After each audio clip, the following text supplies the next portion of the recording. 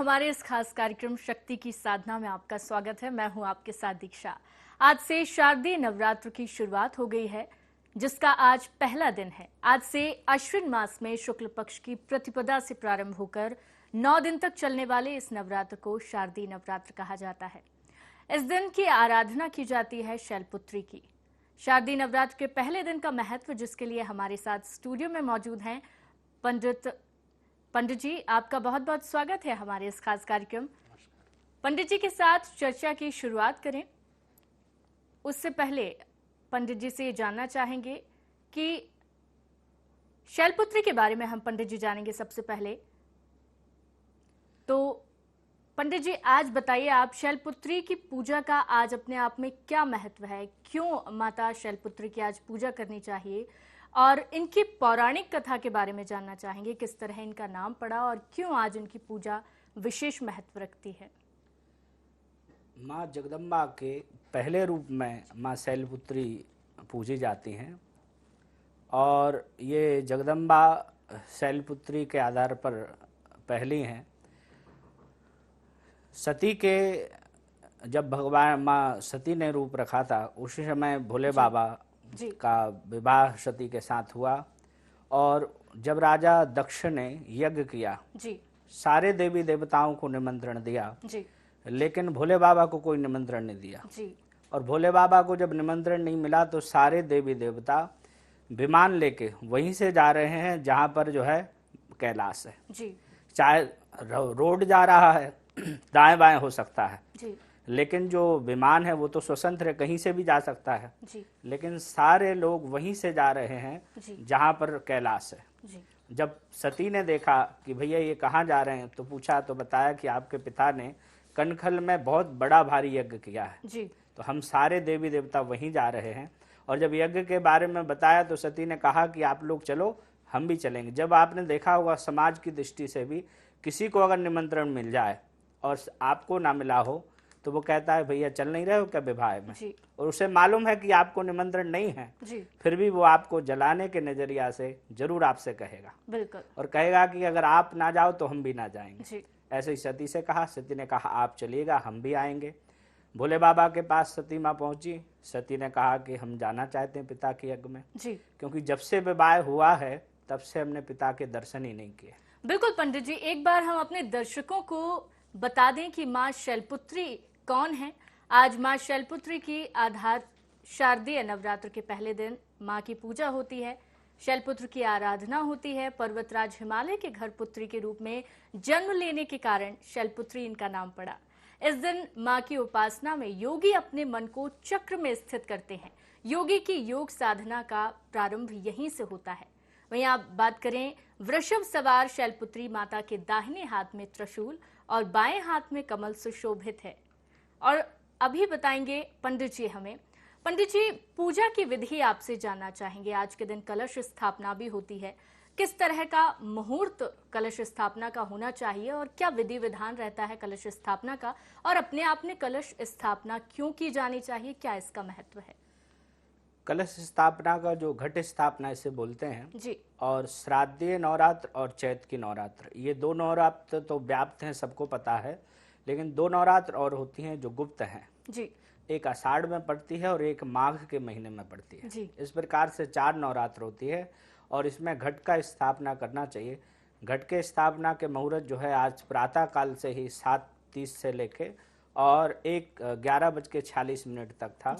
अब जो समय शुभ मुहूर्त जो शुभारंभ हो रहा है वो अभी 1:30 बजे से लेके और 4:30 बजे तक अभी चलेगा।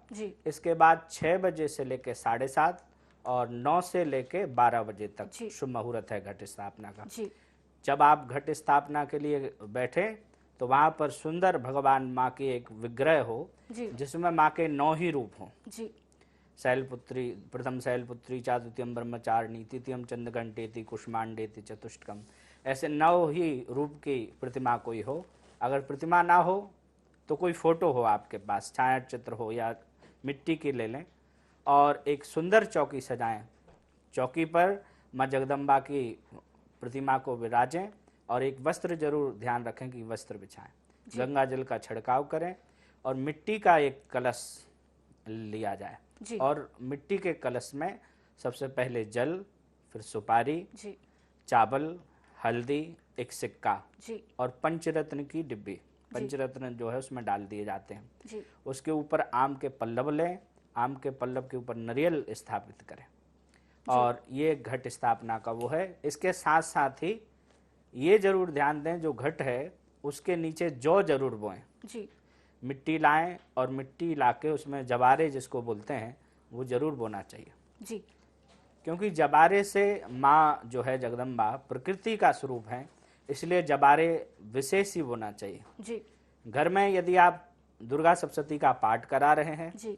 तो नवग्रह, षोडश मातृका, सर्वतोभद्र, सप्तकृत मातृका आदि विधान से बिठाना चाहिए। जी। यदि आप पाठ नहीं करा रहे हैं जी। तो घर में नवग्रह बिठाएंगे तो उनका सांगोपांग पूजन होना चाहिए, षोडोपचार जो विधि है, जी। या फिर आप साधारण ही तरीके से जगदम्बा की आराधना करें। जी पंडित जी, अगर हम भोग की बात करें तो आज माँ शैलपुत्री को किस तरह का भोग लगाया जाता है, कितने प्रकार के भोग चढ़ाए जाते हैं जिससे आज माँ शैलपुत्री प्रसन्न हो और अपने भक्तों पर कृपा बरसाएं?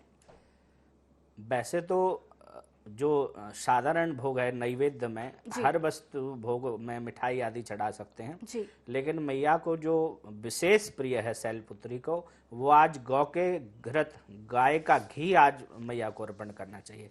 गौ घृत से शैलपुत्री मैया बहुत ही प्रसन्न होती। जी।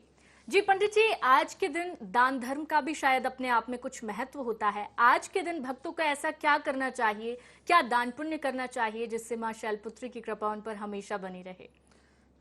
शैलपुत्री, माँ का नाम शैलपुत्री है। दान पुण्य के तो कोई ऐसा कोई विशेष नहीं है, लेकिन फिर भी आप वस्त्र दान विशेष आप कर सकते हैं।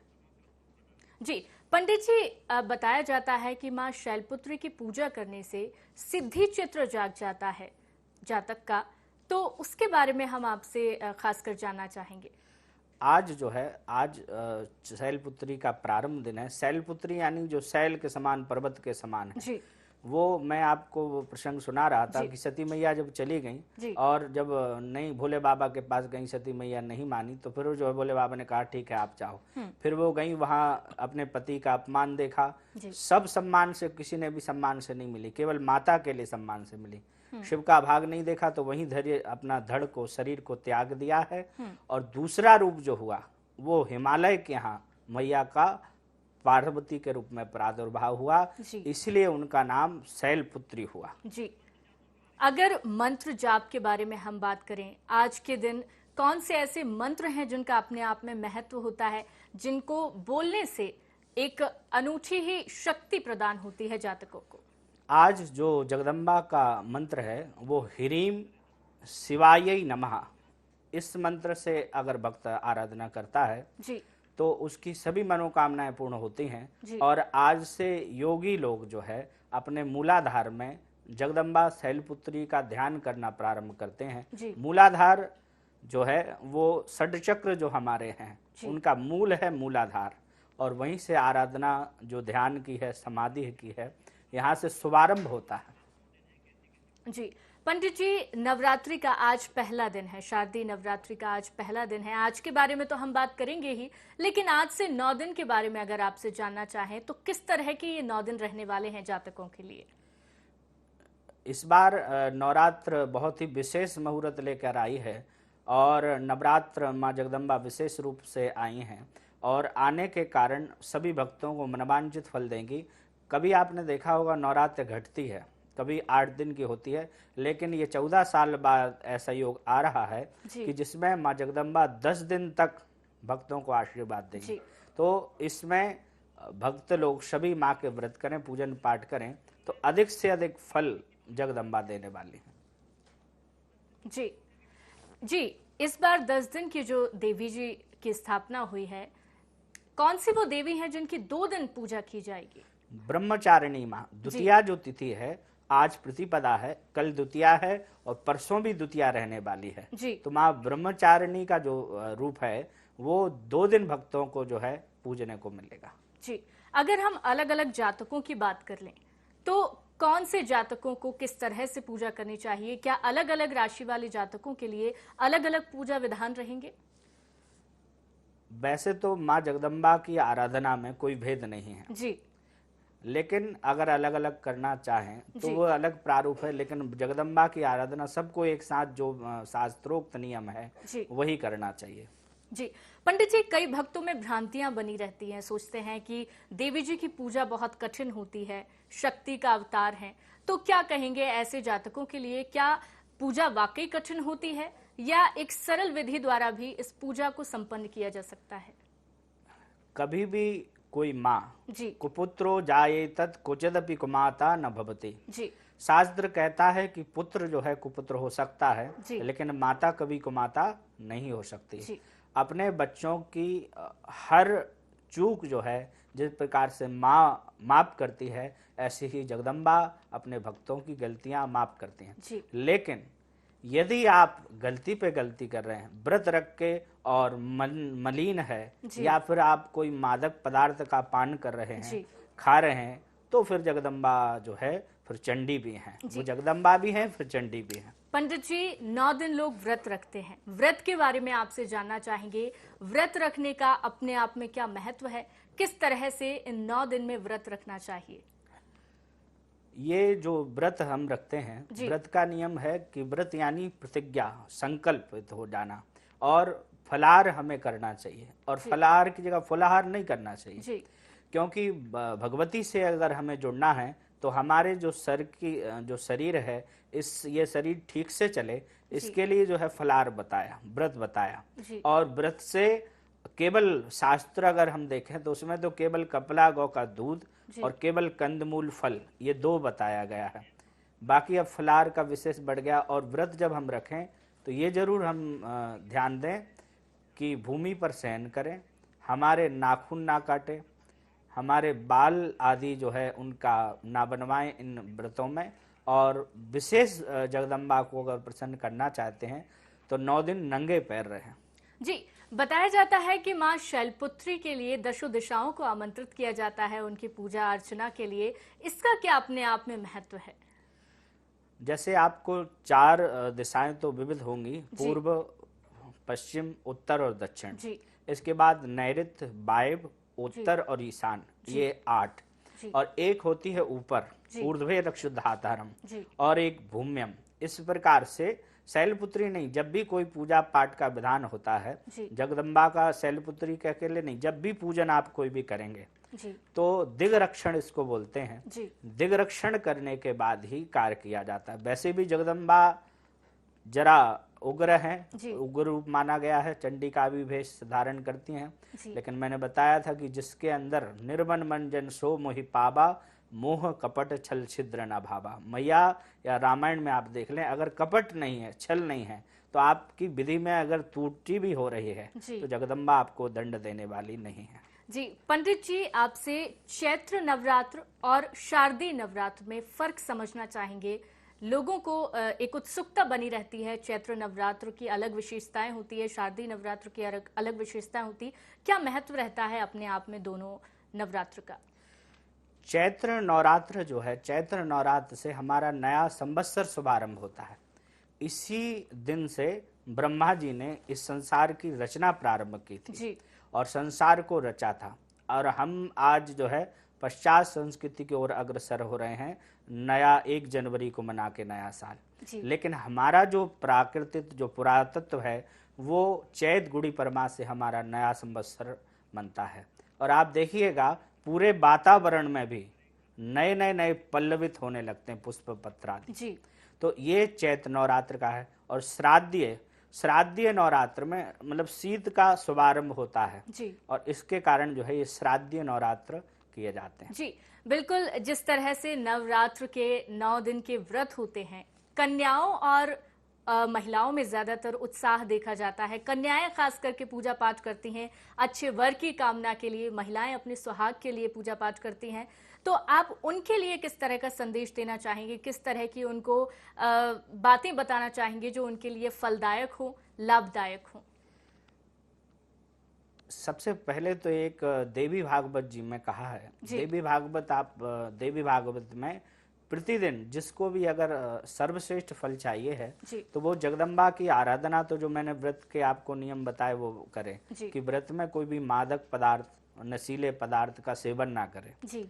और ब्रह्मचर्य से, स्त्री हो या पुरुष, ब्रह्मचर्य का पालन करते हुए जी। ये 9 दिन रहना चाहिए अगर फल अधिक चाहिए। जी। और जैसे आपने कहा कि कन्याएं श्रेष्ठ वर की प्राप्ति के लिए चाहती हैं, तो आज का जो दिन है वो श्रेष्ठ वर प्राप्त करने के लिए सर्वाधिक श्रेष्ठ है, क्योंकि आज जो है माँ जगदम्बा शैलपुत्री जो पार्वती का भी प्रारूप हैं, उनका आज दिन है। तो आज जो कुंवारी कन्याएं माँ शैलपुत्री का आराधना करेंगी, भगवती जगदम्बा उनको श्रेष्ठ वर प्रदान करेंगी। जी, आज के दिन खुद कंजिकाओं को पूजा जाता है, 9 दिन लगातार कंजिकाओं को पूजा जाता है। किस तरह का महत्व रहता है इसका अपने आप में? लोग कन्याओं को बुलाकर उन्हें भोजन कराते हैं, दान पुण्य करते हैं, तो इसका महत्व अपने आप में क्या है? कन्याएं जो हैं वो माँ भगवती का ही प्रारूप बताई गई और 9 ही दिन जो है कन्याओं का पूजन करना चाहिए। देवी भागवत में मैं बता रहा था कि देवी भागवत जी में बताया है कि 2 वर्ष की जब कन्या हो, जैसे हम जब कन्याओं का पूजन करते हैं तो जब कन्याओं को जो भोजन कराते हैं उसका नियम बताया है कि कम से कम 2 वर्ष की कन्या होना चाहिए। उससे छोटी कन्या आप भोजन करा दें वो अलग विषय है, लेकिन जिसको गंध का पता नहीं कि कैसा भोजन बना है, क्या बना है, ऐसी कन्याएं देवी भागवत में वर्णित की गई हैं। तो कम से कम 2 वर्ष से लेके और 9 वर्ष की कन्याओं को इसमें भोजन कराना चाहिए। और कन्याओं की जितनी आप आराधना करेंगे तो आप ये समझिए कि साक्षात वो जगदम्बा की ही पूजन हो रही है। जी पंडित जी, अंतिम सवाल। पर्वतराज हिमालय की पुत्री कहा जाता है शैलपुत्री को, और इसी वजह से उनका नाम पड़ा है। उन्हें पार्वती का अवतार भी कहा जाता है। इस बारे में हम विस्तार से चर्चा करेंगे। और अंतिम आप संदेश हमारे दर्शकों को, हमारे भक्तों को क्या देना चाहेंगे जो 9 दिन उनके सफल बने रहे, उनकी सारी मनोकामनाएं पूर्ण हो? मैंने आपको शैलपुत्री का जो प्रसंग सुना रहा था आपको, वो जब पहुंची वहां दक्ष के यहाँ भस्म हुई और नया रूप शैलपुत्री में हुआ। शैलपुत्री की आराधना जो भी व्यक्ति करेगा वो एकदम जो है दृढ़ हो जाएगा। शैल यानी होता है पर्वत। आज के दिन शैलपुत्री की आराधना करने से व्यक्ति कभी भी, उसका जो मन है वो डगमगाता नहीं है। स्थिर मन कोई देने वाली देवी है, तो वह माँ शैलपुत्री है। शैल के जैसे आप स्थिर हो जाते हैं, पर्वत के जैसे स्थिर हो जाते हैं। आपका मन कभी भी बेचैन नहीं होता है, कैसे भी आपकी स्थिति हो जाए, लेकिन आपका मन दृढ़ बना रहेगा। और जगदम्बा पर्वत के समान आपका मन को भी स्थिर कर देते हैं। चलिए पंडित जी, बहुत बहुत शुक्रिया, आपने हमारे दर्शकों को इतनी जानकारी उनसे साझा की, उन्हें कई तरह के नियम बताए पूजा के विधि विधान के। फिलहाल हमारी इस खास पेशकश में इतना ही। आप देखते रहिए IND24।